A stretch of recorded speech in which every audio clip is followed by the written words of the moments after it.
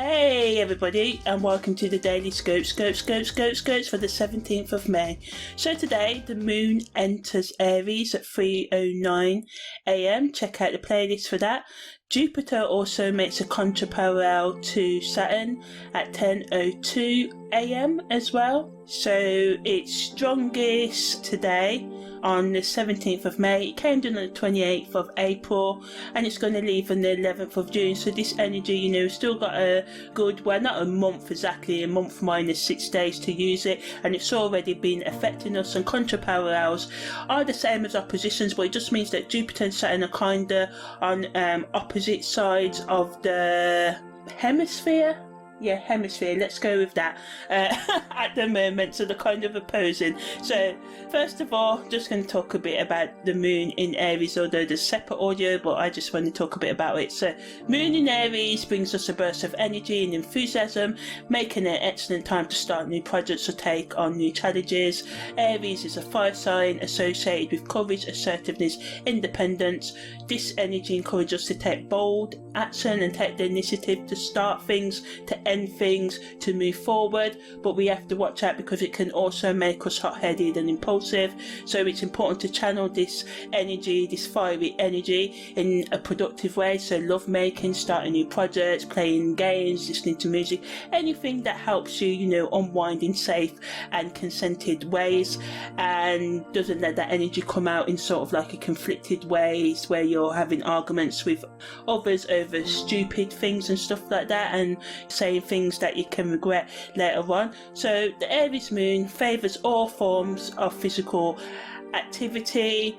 It's great time if you have had that pent up energy to release it. Jupiter represents expansion, growth and optimism, and Saturn symbolises discipline, responsibility and restriction. So as I said, both of these are in contra-parallel. When these planets align in this way, there can be a clash between our desire for abundance and our need for structure as well. This transit can bring about opportunities for growth and success, but it also requires hard work and commitment to get through it. It's a time to reassess your goals and make sure that they're aligned with your priorities and your values. Although this transit can be challenging, it also offers a chance to build something that has long-lasting value and meaning. The moon's north node also goes stationary retrograde. This happens a couple of times a month, so I don't always talk about it, but I am today. So yeah, the north node represents our soul's purpose, while retrograde motion brings that energy of looking back and reassessing our past experience. So I just want you to know that most things go into retrograde, and although the moon's north node is sort of like a calculated point and not an actual body, just to say that retrograde periods are nothing. So people fear Mercury retrograde, that nothing to be scared of. Sometimes they just allow us to go back into our past people. Lovers and friends will come back, or we just may reflect on those memories. And even though it can be painful sometimes, it's good to allow this transit to bring up emotions and memories from your past, because what the energies are trying to do is just to get us to let go of what no longer serves us, even our negative repressed emotions, although it can be painful to go back and do that.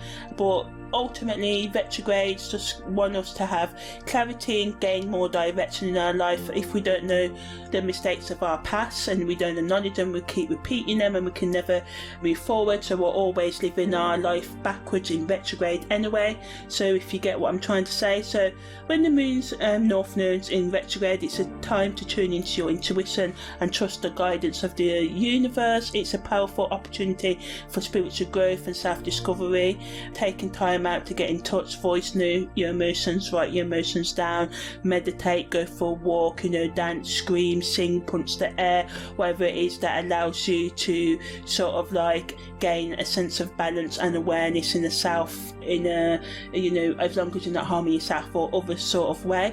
It's important to try and stay grounded and centered, while also being open to the opportunities for growth and expansion as well. Taking time to reflect on your goals and your values. What is it you really want to get out of life, so you can align with your authentic soul's purpose or your higher consciousness or higher self, however you want to look at that side of yourself. And don't forget to channel the fiery energy of Aries moon into productive outlets like exercise or creative projects.